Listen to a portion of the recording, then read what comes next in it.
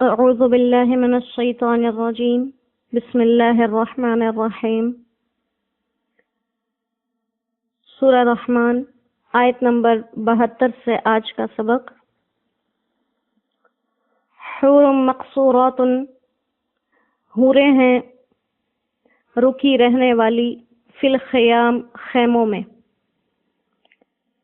ایسی حوریں ہیں جو خیموں میں رہنے والی ہیں۔ فَبِأَيِّ آلَاءِ، پھر کیا کیا نعمتیں، رَبِّكُمَا تُكَذِّبَانِ، تم اپنے رب کی جھٹلاؤ گے۔ لَمْ يَطْمِثْهُنَّ، نہیں ہاتھ لگایا ان کو، انسن کسی انسان نے، قبلہم ان جنتیوں سے پہلے، ولا جان اور نہ ہی کسی جن نے۔ فَبِأَيِّ آلَاءِ، پھر کیا کیا نعمتیں، رَبِّكُمَا تُكَذِّبَانِ، تم اپنے رب کی جھٹلاؤ گے۔ متکئین، تکیہ لگائے ہوئے ہیں، علی رفرف، سبز تختوں پر، مسندوں پر، خضر سبز، رفرف مسند ٹیک لگانے کی جگہ، وہ ابقریشن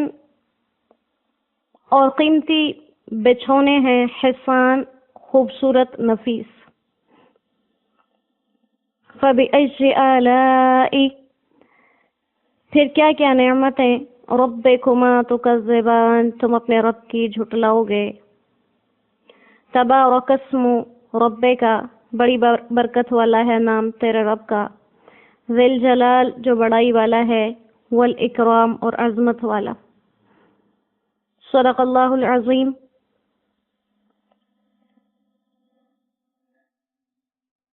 اللہ سبحانہ و تعالی جنت میں رہنے والی حوروں کی صفات بیان کر رہے ہیں، اور اس سورہ مبارکہ میں دوہرا کر ان صفات کو ذکر کیا کہ حوریں ہیں وہ ایسی مقصورات فی الخیام، جو اپنے خیموں میں رکی رہنے والی ہیں، جو یہاں وہاں آوارہ اور ماری ماری نہیں پھرتی، جن کا قیام ہے اپنے خیموں میں، اپنے خیموں میں محفوظ بیٹھنے والی ہیں۔ تو یہاں پر اللہ سبحانہ و تعالی نے حوروں کی صفت کو بیان کیا کہ وہ حوریں اپنی رہائش گاہوں میں سکون سے رہنے والی۔ اللہ سبحانہ و تعالی حوروں کی یہ صفات بیان کر رہے ہیں جن کے اندر دنیا کی خواتین جیسی خواہشات یا دنیا کی خواتین جیسی صفات نہیں ہیں، وہ دنیا کی خواتین سے لاکھوں درجہ افضل اور اعلیٰ ہیں۔ تو پھر ان کی تمام صفات میں سے جو صفت بہت بہت اللہ سبحانہ و تعالیٰ کو پسند ہے اس کو ذکر کیا، اور جہاں پر مقربین کے لیے جنتوں کا تذکرہ کیا اس میں بھی حوروں کی صفت کو ذکر کیا کہ وہ عورتیں ایسی ہیں کہ فیہن قاصرات الطرف، نیچی نگاہ والی عورتیں ہیں، بے باک اور آزاد عورتیں نہیں ہیں۔ یہاں پر جب عام مومنین کے لیے حوروں کا تذکرہ کیا، ان کے لیے بھی یہی ذکر کیا کہ وہ عورتیں جو ان کو ملنے والی ہیں، وہ حوریں جو ان کی قسمت میں لکھی جانے والی ہیں، وہ اپنے خیموں میں رکے رہنے والی۔ تو اللہ سبحانہ و تعالیٰ کو جب حوروں میں یہ صفات اتنی پسند ہیں، تو ایک مومن عورت کے اندر ان کو یہ صفات کتنی زیادہ پسند ہوں گی۔ اور اس کو تذکرہ کرنے کا مقصد ہی یہ ہے کہ دنیا کے اندر رہنے والی ہر مومن عورت اپنے اندر یہ صفات پیدا کرے۔ اگر وہ اللہ کے ہاں مقربین میں شمار ہونا چاہتی ہے تو ہر طرح سے اپنی حفاظت کے بعد اپنی نگاہوں تک کی حفاظت کرے، اپنی نگاہوں کو بھی بری جگہ پر پڑنے سے بچائے، محفوظ رکھے اپنی نگاہ کو بھی۔ اور اگر وہ عام مومنین تک رہنا چاہتی ہے تب بھی اس کے لیے یہ آزادی نہیں ہے کہ وہ جہاں کہیں بغیر بلا وجہ چلی جائے، بلکہ اس کے لیے حدود اور قیود ہیں۔ اور بہترین صفت کیا ہے کہ مقصورات فی الخیام، اپنے جگہوں پر ٹھہری رہیں، اپنی جگہوں پر ٹھہری رہیں، ضرورت کے علاوہ اپنے گھروں سے باہر نہ نکلا جائے۔ جب ہم اپنے گھروں جب ان خواتین کا، ان حوروں کا تذکرہ کیا جو مقربین کے لیے ہیں، تو ان کے لیے قاصرات الطرف کا لفظ استعمال کیا کہ نگاہیں نیچی۔ جب عام مومنین کے لیے تذکرہ کیا تو ان کے لیے کہا کہ مقصورات فی الخیام، اپنے گھروں میں ٹھہرنے والی۔ تو یہاں پر ان خواتین کی زیادہ پاکیزگی کی دلیل موجود ہے کہ جب کوئی عورت اپنی نگاہ تک کی حفاظت کرے گی تو گویا وہ گھر سے باہر نکلنا پسند نہیں کرے گی، کیونکہ گھر سے باہر جانے کی صورت میں لازماً کہیں نہ کہیں کسی نہ کسی ایسی چیز پر بے دہانی میں بھی نگاہ پڑ جاتی ہے جو کہ جائز نہ ہو۔ لہذا اللہ سبحانہ و تعالیٰ کو خواتین کی پسندیدہ صفات میں سے یہ صفت پسند ہے کہ اپنی نگاہوں کی بھی حفاظت کریں۔ جیسے ایک مرتبہ آپ صلی اللہ علیہ وسلم نے مسجد نبوی صلی اللہ علیہ وسلم میں صحابہ کرام رضوان اللہ علیہم اجمعین سے سوال کیا کہ عورت کی سب سے بڑی خوبی کس بات میں ہے؟ تو سب لوگوں نے مختلف جوابات دیے، لیکن جواب درست نہ ثابت ہوا۔ سب اٹھ کر اپنے اپنے گھروں کو چلے گئے۔ حضرت علی کرم اللہ وجہہ تشریف لائے اپنے گھر، تو کسی سوچ بچار میں ڈوبے ہوئے حضرت فاطمہ رضی اللہ تعالیٰ عنہ نے پوچھا کہ آپ کسی سوچ میں نظر آ رہے ہیں۔ انہوں نے آپ صلی اللہ علیہ وسلم کا ہی سوال دہرا دیا کہ آج ایسا سوال پوچھا گیا لیکن کسی کا دیا ہوا جواب درست ثابت نہ ہوا کہ خواتین کی سب سے بہترین صفت کیا ہے۔ تو حضرت فاطمہ رضی اللہ تعالی عنہ نے جواب دیا کہ آپ جا کر یہ جواب دیجئے کہ عورت کی سب سے بڑی خوبی اور سب سے بڑا بہترین عمل یہ ہے کہ وہ کسی پرائے مرد کو نہ دیکھے اور کوئی پرایا مرد اسے نہ دیکھے۔ تو بے پردگی کی حالت میں ہر کسی سے اپنی حفاظت کرنا، کسی کی نظر نہ پڑے۔ یہ اللہ نے جنت کی عورتوں کی صفات بیان کی، اور دنیا کی عورت جب جنت میں جائے گی تو وہ ان خواتین سے مزید ہزاروں لاکھوں 100 گنا اپنے اعمال کی بنسبت درجے میں ان حوروں سے بڑھ جائے گی، اور یہ درجے تبھی بڑھیں گے جب انہی صفات کو اختیار کیا جو اللہ نے جنت کی حور کی بیان کی کہ نگاہیں نیچی اور اپنی عزتوں کی حفاظت کرنے والی، اپنے مقام پر ٹھہرنے والی، بلا وجہ زمانہ جاہلیت کی طرح سج سنور کے گھروں سے نہ نکلنے والی۔ کیونکہ کوئی عورت جب اپنے گھر سے نکلتی ہے اور اللہ کی بتائی ہوئی حدود اور پابندی کے بغیر نکلتی ہے تو جب تک وہ گھر سے باہر رہتی ہے اللہ کی لعنت میں مبتلا رہتی ہے، اور شیطان اس کے ساتھ ساتھ رہتا ہے، جس کی وجہ سے وہ خود بھی فتنوں میں مبتلا ہوتی ہے اور بہت سے لوگوں کو بھی فتنوں میں مبتلا کرتی ہے۔ اللہ ہم سب کی حفاظت فرمائے۔ اس کے بعد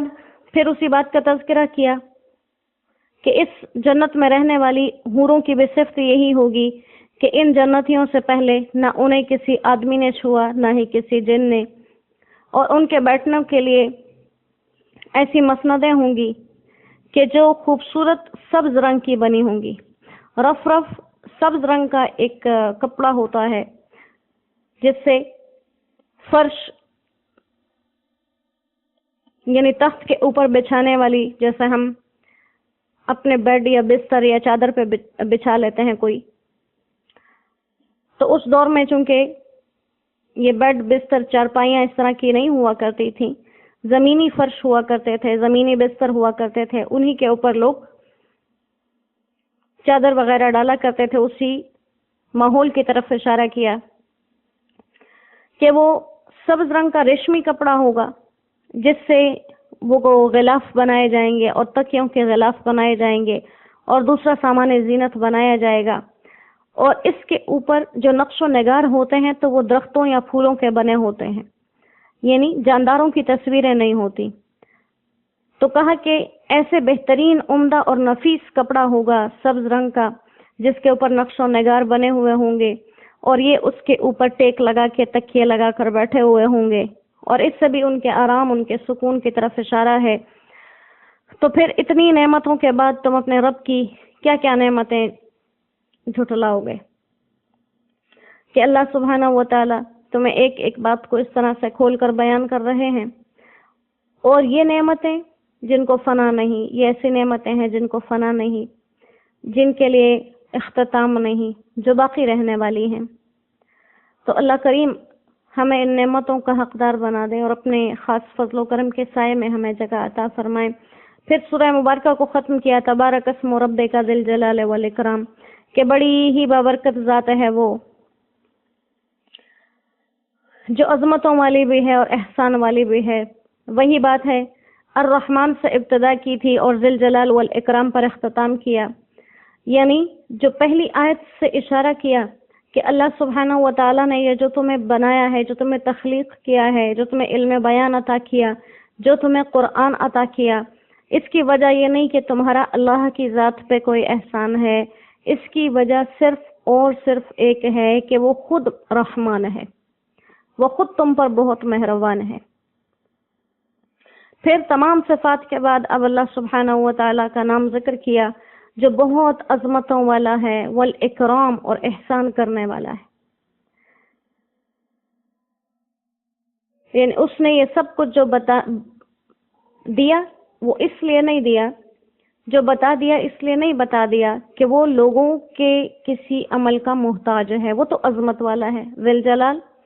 کوئی عبادت کرے نہ کرے وہ تب بھی عظمت والا، کوئی مانے نہ مانے تب بھی عظمت والا، کوئی اس کے رب ہونے کو رب مان کے سجدہ کرے تب بھی وہ عزت والا، کوئی نہ مانے نہ سجدہ کرے تب بھی وہ عزت والا۔ فرق صرف یہ ہوگا جو اس عظمت والے رب کے ساتھ جڑ جائے خود بھی اللہ اس کو عظمتیں عطا فرمائے، اور جو اس اکرام اور عزت والے معزز رب کے ساتھ جڑ جائے وہ خود بھی مکرم ہو جائے گا، خود اس کی عظمت بڑھ جائے گی، خود اس کا نام بڑھ جائے گا، خود اس کی عظمت میں اضافہ ہو جائے گا۔ انسان کی عبادات سے اللہ سبحانہ و تعالیٰ کو اس کی ملکیت میں، اس کی بادشاہی میں رتی برابر بھی فرق نہیں آتا، نہ کمی کے لحاظ سے نہ اضافے کے لحاظ سے۔ تو جیسے خود اس کے نام کو ذی الجلال والاکرام کہا تو اس کا نام اتنا مبارک ہے اور اتنا کامل ہے، تو خود بذات خود وہ رب واقعی ہی کتنے عظمتوں والا ہے۔ اور اس کے اوپر اگر ہم غور کریں اپنی زندگی میں، ایک فجر سے لے کے اگلی فجر تک ان 24 گھنٹوں کے اوپر اگر ہم غور کریں، صبح کا نکلنا، صبح کی روشنی کا دھوپ کی روشنی سے بدل جانا، دھوپ کی روشنی کا سائے میں واپس ڈھل جانا، سائے کا اندھیرے میں تبدیل ہونا، اور اندھیرے کا بالکل گھپ اندھیرے میں تبدیل ہو جانا، کتنی بڑی اس رب کی ذات ہے۔ ہمیں اگر کسی کام کو سر انجام دینا ہو، چاہے ہم کسی دفتر میں کام کرتے ہوں، کسی ہسپتال میں کام کرتے ہوں، کسی مزدوری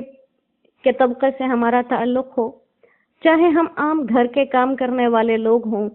اگر ہمیں کسی کام کو روزانہ، جیسے ہم اپنے صبح سے لے کے رات تک کے کام کرتے ہیں، لیکن ہم ہر روز ہی افراتفری میں رہتے ہیں،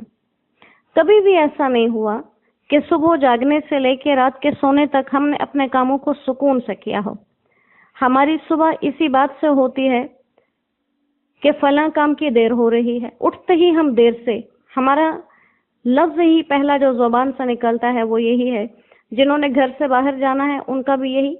کہ کام کے لیے دیر ہو گئی، جنہوں نے گھر کے کام کرنے ہیں ان کو بھی دیر ہو گئی، جو نماز کے لیے اٹھ رہے ہیں وہ بھی کہتے ہیں آج نماز کی دیر ہو گئی۔ ہر انسان ایک دیر کے ساتھ لگا ہوا، ایک افراتفری میں لگا ہوا ہے۔ لیکن اس نظام کائنات کو دیکھا جائے، نظام عالم کو دیکھا جائے، اللہ کی بڑائی کو دیکھا جائے، تو اللہ کی بڑائی کا مزید انسان کے دل میں تصور پیدا ہو جاتا ہے۔ کتنا عظیم رب ہے۔ آسمان پر ہر لمحے حالات بدل رہے ہیں، اس کی وجہ سے زمین پہ لمحوں کے حالات بدل رہے ہیں، لیکن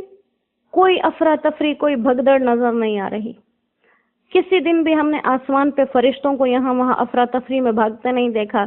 کہ آسمان سے روشنی کو ہٹا کے اس کے اوپر اندھیرے کا غلاف چڑھا دو،